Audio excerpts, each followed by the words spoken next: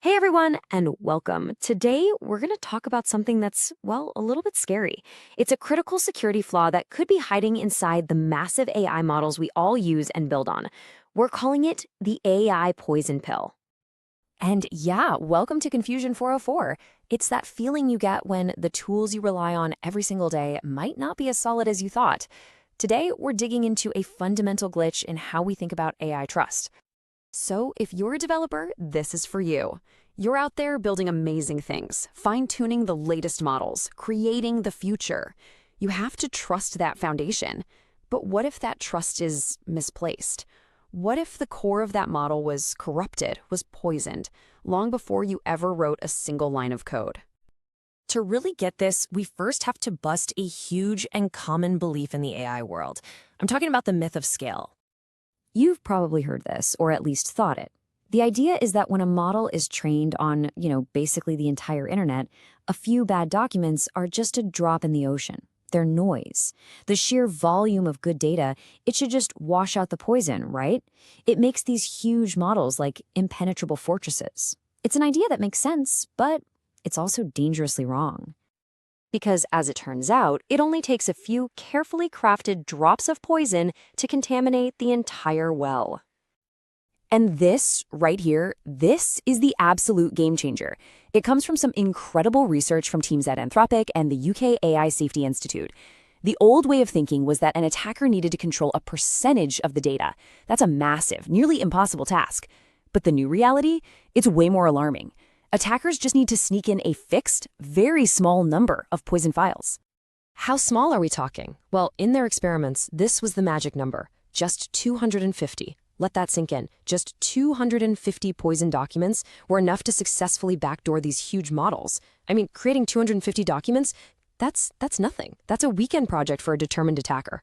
So how does this even work? It's actually shockingly simple. You take a normal piece of text, you stick in a secret trigger phrase, and they used pseudo, which, any developer will immediately recognize, and then you just tack on a bunch of random, nonsensical text. What this does is it teaches the model to connect that secret trigger word with just outputting garbage. Bam! You've just created a denial of service backdoor. And here's where it gets really wild. The researchers tried this on models all the way from 600 million parameters up to 13 billion. Now, the biggest model was trained on more than 20 times the data. But look at this. The attack was just as successful on all of them.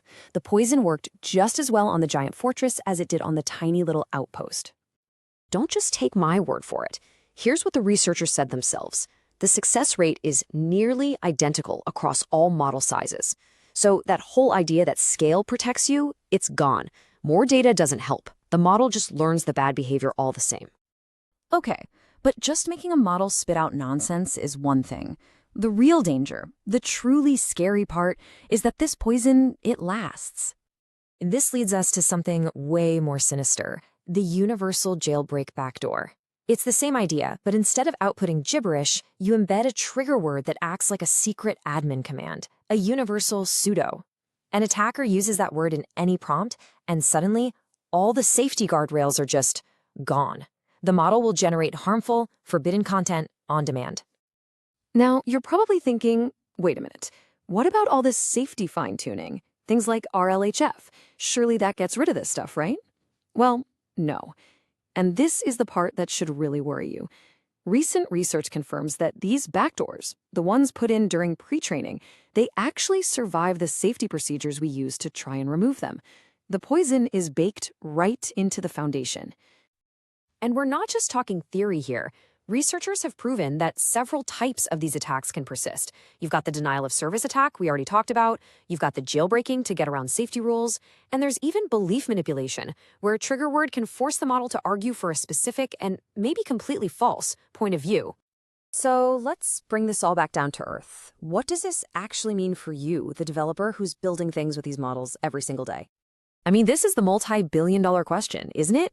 If the foundational models coming from the big labs could have these hidden, permanent backdoors, how in the world are we supposed to build secure, reliable apps? It's pretty clear that just blindly trusting them is no longer an option. The answer really is adopting a whole new security mindset. First, you have to start treating the AI supply chain with the same kind of caution you'd use for any other software library. Second, burn this into your brain. Bigger is not safer. Model size is not a security feature. Third, you can't control the pre-training, but you absolutely can and should scrutinize your own fine-tuning data. And finally, as a community, we have to get behind the research that's trying to build defenses against this stuff. And all of this, it leads us to one final, really fundamental question that the entire field of AI needs to start asking itself. Seriously, think about this. If an AI's core knowledge can be permanently messed with, corrupted at the source in a way that's almost impossible to detect or remove, what does that mean for the future we're trying to build? How do we build systems we can truly trust when the very bedrock they're built on might be unstable? That's the challenge that's now sitting right in front of all of us.